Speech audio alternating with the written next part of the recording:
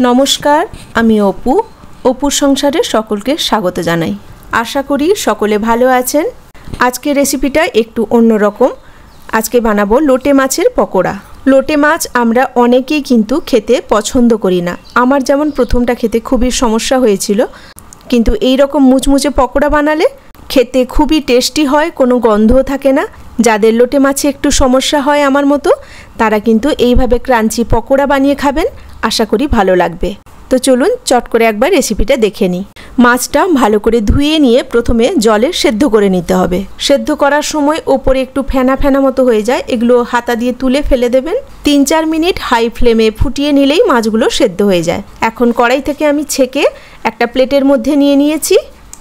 এবার মাছগুলোকে ঠান্ডা করে কাঁটা ছাড়িয়ে নেব। এই মাছে সেরমভাবে কোনো কাঁটা থাকে না, একটাই লম্বা কাঁটা থাকে, ওইটা বের করে দিতে হয়। এটা ভীষণই নরম মাছ, একটু হাত দিয়ে সরালেই মাছখানের কাঁটাটা বেরিয়ে চলে আসবে। আমি সবগুলো মাছ একই রকমভাবে কাঁটা ছাড়িয়ে শাঁসটা নিয়ে নিচ্ছি। আর সেদ্ধ করার সময় জলের মধ্যে নুন দেওয়ারও কোনো প্রয়োজন নেই, জাস্ট পরিষ্কার করে ধুয়ে গরম জলে সেদ্ধ করে নিতে হবে।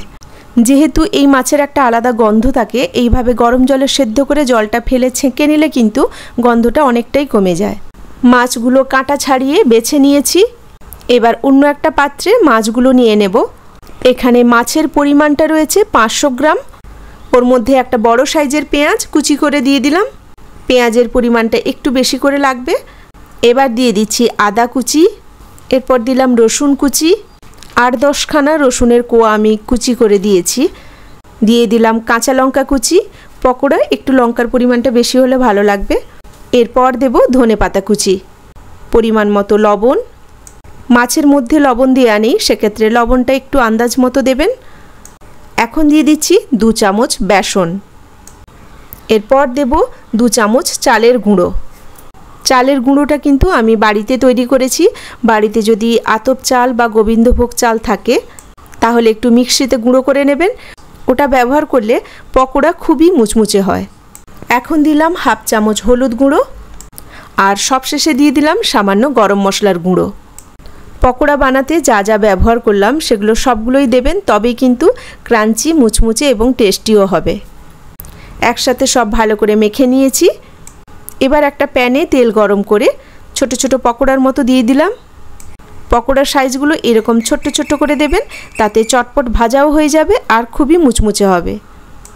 আমার মতো যাদের লোটে মাছের সমস্যা আছে তারা এইভাবে পকোড়া তৈরি করে খাবেন আর বাড়ির সকলকেও খাওয়াবেন, দেখবেন সকলে ভীষণ পছন্দ করছে। কেমন লাগলো আজকের রেসিপিটা ছোট্ট একটা কমেন্ট করে জানাবেন।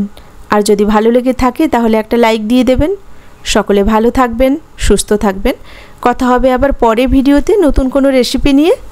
আজ এখানেই রাখি। নমস্কার।